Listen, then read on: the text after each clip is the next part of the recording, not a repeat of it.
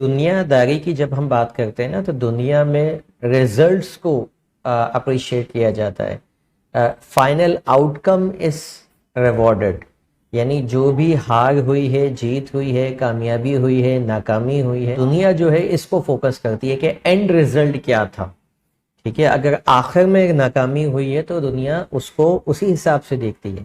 لیکن جب بات آتی ہے تربیت کی، جب بات آتی ہے پیرنٹنگ کی، تو پیرنٹس جو ہے وہ دنیا کی طرح نہیں چلتے یا نہیں چلنا چاہیے. سب ویسے ہی چل رہے ہوتے لیکن نہیں چلنا چاہیے. پیرنٹنگ کے اندر آپ فائنل آؤٹ کم کے بارے میں پریشان نہیں ہوتے، بلکہ اس آؤٹ کم تک پہنچنے کے لیے بچے نے جو جد و جہد کی ہے، جو کوشش کی ہے، جو اسٹرگل کی ہے، ہمیں اس کو اپریشیٹ کرنا چاہیے.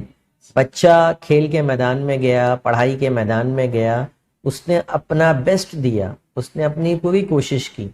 ہمیں اس کی کوشش کے اوپر فوکس رکھنا چاہیے، نہ کہ وہ کامیاب ہوا ہے. یعنی یہاں پر آپ اینڈ ریزلٹ کے اندر کے اوپر فوکس نہیں رکھیں گے کہ ناکام ہو گیا تو آپ خود بھی ڈس اپوائنٹڈ ہو گئے اور بچے کو باتیں بھی سنا دی اور بچے سے ناراض بھی ہو گئے کہ تم تو ہمیشہ ناکام ہو جاتے. تو پیرنٹنگ تھوڑا سا دنیا سے ہٹ کے چلتی.